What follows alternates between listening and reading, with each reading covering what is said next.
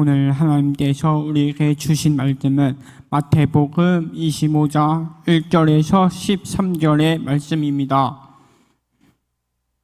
신약성경 42쪽 마태복음 25장 1절에서 13절의 말씀을 저희와 여러분이 한 절씩 교도하여 본도하겠습니다. 그때 천군은 마치 들고 신랑을 맞으러 나간 열 처녀와 같다 하리니 그의 말씀은 미련하고 다섯을 슬기는 자라. 미련한 자들은 등을 가지되 기름을 가지지 아니하고 슬기 있는 자들은 그릇에 기름을 담아 등과 함께 가져갔더니 신랑이 더디 오므로 다 졸며 잘새 밤중에 소리가 나되 보라 신랑이로다 마저 나오라 하매 이에 그 처녀들이 다 일어나 등을 준비할세 미련한 자들이 슬기 있는 자들에게 이르되 우리 등불이 꺼져가니 너희 기름을 좀 나눠달라 하거늘 슬기 있는 자들이 대답하여 이르되 우리와 너희가 뜨기에 다 부족할까 하노니 차라리 파는 자들에게 가서 너희 뜰 것을 사라 하니 그들이 사러 간 사이에 신랑이 오므로 준비하였던 자들은 함께 호인 잔치에 들어가고 무인 탈진지라. 그 후에 남은 처녀들이 와서 이르되 주여 주여 우리에게 열어주소서 대답하여 이르되 진실로 너희에게 이르노니 내가 너희를 알지 못하노라 하였느니라. 함께 읽겠습니다. 그런즉 깨어있으라 너희는 그날과 그때를 알지 못하느니라.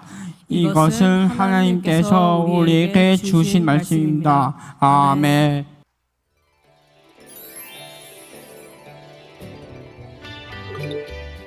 이스라엘 마을에 혼인잔치가 있던 날이었어요.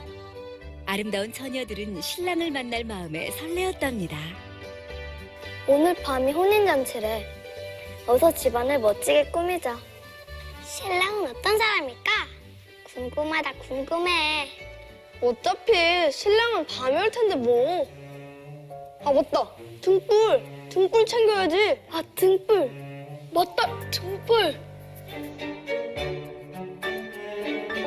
신부들은 밤에 도착할 신랑을 맞이하려고 등불을 꺼내 들었습니다. 등불을 잘 닦아야겠다. 등불은 불만 좋으면 되지 뭐. 그러게. 아 맞다. 우리 기름 사러 가지 않을래? 기름 있는데 뭐. 그러게. 귀찮아. 그래도 난 기름 사러 갔다 올래. 그러자. 우리 어서 다녀오자.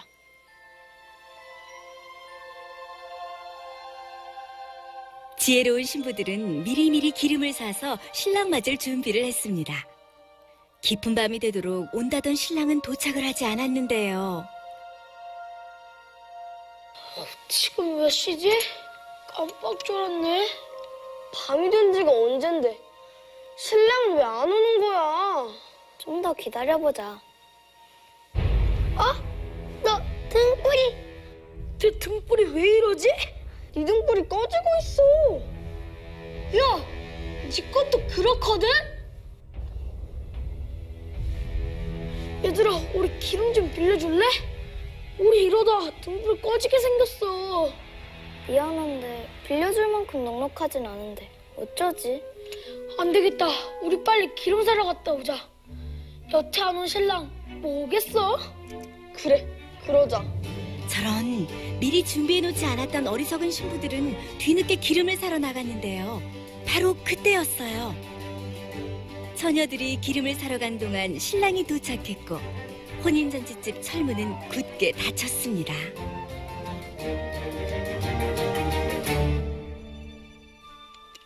문이 닫혔나 봐. 벌써 신랑이 왔나 봐. 여기 친구 더 있어요. 문 좀 열어주세요. 여기 문 좀 열어주세요. 문 열어.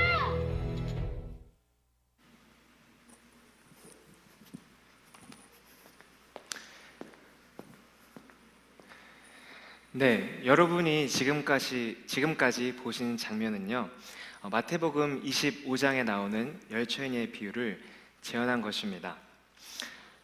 여러분, 처음으로 이 내용의 성경을 읽었던 사람들이 누굴까요? 네, 바로 초대교회 사람들이었습니다. 초대교회 사람들은요, 정말 당장이라도 예수님이 오실 것이라고 생각했어요. 당장 내일이라도요. 왜냐하면 예수님께서 이렇게 말씀하셨거든요. 내가 도적같이 너희에게 오겠다. 여러분, 우리 지금이야 도둑이 자주 되진 않죠. 혹시 집에 도둑 맞아보신 분 혹시 계시는지 마음속으로만 이렇게 손 들어주시고, 네. 그런데 이때 당시에는요, 정말 도둑이 자주 들었답니다. 그래서 도적같이 예수님이 오신다는 말은요, 정말 당장 언제라도 오실 수 있다는 그런 의미였어요. 그래서 초대교회 사람들은 정말 예수님을 애타게 기다렸습니다. 그런데 아무리 기다려도 예수님이 오시질 않는 거예요. 그래서 어떤 사람들은 점점 지쳐서 예수님을 기다리지 않게 됐어요. 그래서 먹고 마시고 시집가고 장가가는 그런 것에만 몰두하게 된 것이죠. 예수님을 기다리는 것보다 내가 먹고 사는 것, 그것이 훨씬 더 중요해진 겁니다. 그럼 우리 한번 그때 당시 우리 초대교회 성도님들을 만나보고 싶은데요. 여기 마침 우리 초대교회 성도님들이 앉아 계십니다. 네. 아, 여기 계시군요. 네, 그럼 우리 초대교회 성도님, 우리 클로에 자매님과 우리 니카노르 형제님을 한번 모셔볼 건데 혹시 인터뷰 가능하십니까? 네. 네, 그러면 우리 클로에 자매님과 니카노르 형제님 앞으로 모시도록 하겠습니다. 자, 박수 주세요.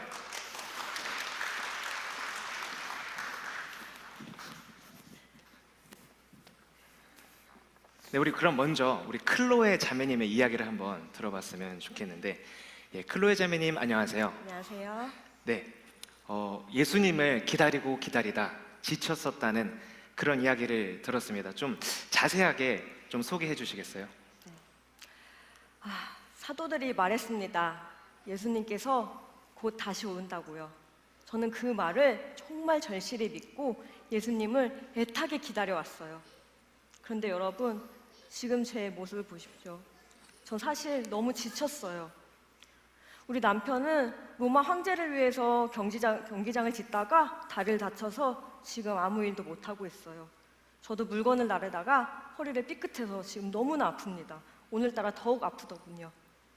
당장 다음 달에 내야 할 월세도 없고 우리 아이들에게 줄 빵 조가리도 아무것도 없습니다. 정말 집에 있는 게 아무것도 없습니다. 그런데 이런 상황 가운데 저는 그래도 지금까지 예수님이 오시겠지 하고 믿어왔어요. 사도들이 전한 대로 예수님이 오시면 이 땅에 하나님 나라가 이뤄지고 나는 천국에서 정말 마음 편히 행복하게 평안하게 살 거야 하는 그 믿음과 약속과 희망을 갖고 살아왔어요.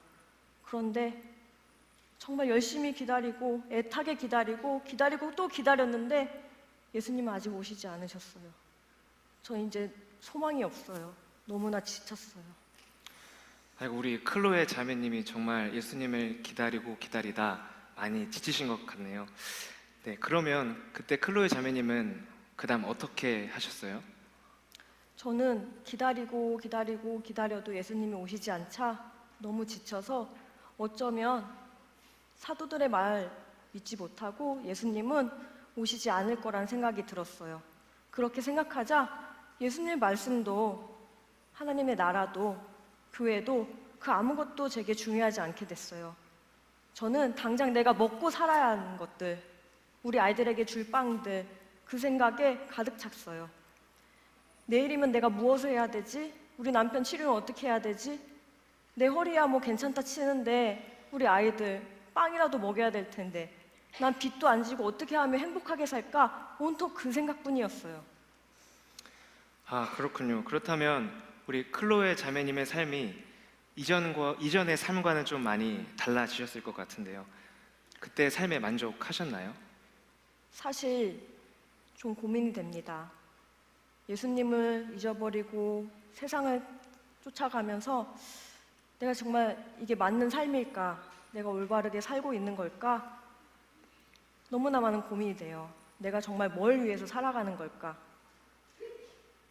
나의 인생에서 뭐가 중요할까? 잠시만요. 전화가 왔어요. 여러분, 천국이에요. 천국에서 전화가 왔어요. 알바 천국이요. 받을게요. 네. 쿠팡이요? 물론이죠. 저 허리 말짱해요. 다시 일할게요. 네, 당장이라도 지금 갈게요. 저 가볼게요. 저 가보겠습니다. 네, 우리 클로에 자매님이 가버리셨네요. 네, 그렇다면 우리 한번 이번에는 니카노루 우리 형제님의 이야기를 들어봤으면 좋겠는데요. 니카노루 형제님 안녕하세요. 네, 안녕하세요. 네, 형제님 조금 전에 우리 클로에 자매님의 이야기를 들었습니다. 그 자매님은 예수님을 기다리고 기다리다 지쳐 포기해 버리신 것 같다고 하는데 니카노루 형제님은 어떠셨는지 이야기 들려주실 수 있으세요? 네, 사실 저도 클로에랑 크게 다르지 않다고 생각을 했습니다. 사도들이 이야기한 것과 같이 정말 예수님이 곧 다시 오실 거라고 생각을 했거든요. 비록 우리 민족이 지금 로마의 식민지로 인해서 많은 가난과 어려움 속에 허리도 아프고 남편은 발목도 아프고 알바 천국이라는 거에 대한 열방도 너무 가득하지만 사실 예수님께서 말씀하신 것과 같이 우리가 이 땅 가운데 하나님의 나라가 다시 올 거라는 그 꿈을 갖고 있었거든요. 예수님이 다시 우리를 위해서 오셔서 우리의 모든 것을 통치하시고 나서 그래서 이 땅 가운데 하나님의 나라가 이루어진다라는 그 꿈을 꾸고 있었던 거였죠. 하지만 시간이 점차 흐르면서 한 가지 의문점이 들기 시작했어요. 예수님이 곧 오실 거라고 믿고 있었는데 예수님이 오지 않으셔. 그러면서 저의 마음속에는 과연 예수님이 이 자리에 지금 이 땅 가운데 다시 오실까? 이 질문이 들기 시작했어요. 니카노루 형제님도 클로에 자매님처럼 예수님이 정말 오실까 하는 의심이 좀 들으셨던 것 같군요. 그래서 혹시 우리 니카노루 형제님은 어떻게 하셨어요? 네, 저도 사실 마음 같아서는 알바 천국을 딱 보면서 세상에 있는 것들을 찾고 싶었지만 예수님의 말씀을 다시 한 번 더 되돌아보게 되었어요. 우리가 함께 본 열처녀 비유 말이에요. 슬기로운 처녀는 신랑이 언제 올지 모르지만 기름을 미리 준비하면서 나왔어요. 하지만 어리석은 처녀는 어떻게 됐죠? 기름을 준비했었나요? 준비하지 않았었나요? 자, 기름을 준비했었나요? 기름을 준비하지 않았었나요? 네, 맞습니다. 준비하지 않았어요. 그리고 결국에는 혼인잔치에 참여하지 못하게 되었죠. 저는 이것을 보고 어리석은 처녀보다 정말 하나님의 나라를 위해서 미리 준비하는 슬기로운 처녀가 되고 싶었어요. 그래서 하나님의 말씀을 다시 한 번 더 되돌아보고 주님께서 말씀하신 것처럼 이웃사랑을 실천하면서 이 땅 가운데 하나님의 나라가 이루어진다는 그 삶을 살아가기로 결단하였습니다. 네, 니카노루 형제님의 말을 들으니 정말 예수님이 다시 오실 것이라는 그 믿음이 제 안에도 생겨날 것 같네요. 정말 니카노루 형제님처럼 같은 분들이 그런 믿음의 선배들이 계셔서 오늘도 여전히 우리가 하나님의 나라를 꿈꾸며 살 수 있는 것 같습니다. 네, 여러분, 우리 클로에 자매님과 니카노루 형제님의 인터뷰 잘 들으셨나요? 여러분 들으시면서 어떤 생각을 하셨고 무엇을 느끼셨나요? 지금까지 인터뷰를 들어주신 여러분께 감사드립니다. 감사합니다.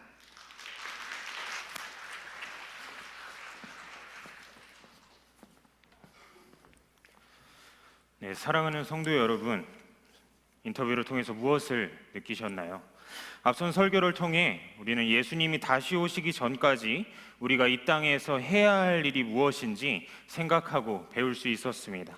그것은 본문에 등장하는 슬기로운 다섯 처녀와 미련한 다섯 처녀의 결정적 차이가 기름을 준비했는가 아닌가에 있음을 알고 예수님이 다시 오실 때까지 우리는 슬기로운 다섯 처녀처럼 기름을 준비하는 삶을 살아야 한다는 것입니다.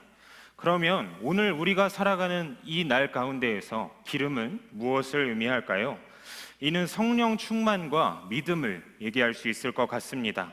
우리는 삶 속에서 오늘의 예배, 매일의 예배를 최선을 다해 올려드리며 성령 충만함을 입어 굳건한 믿음을 키워가야 합니다.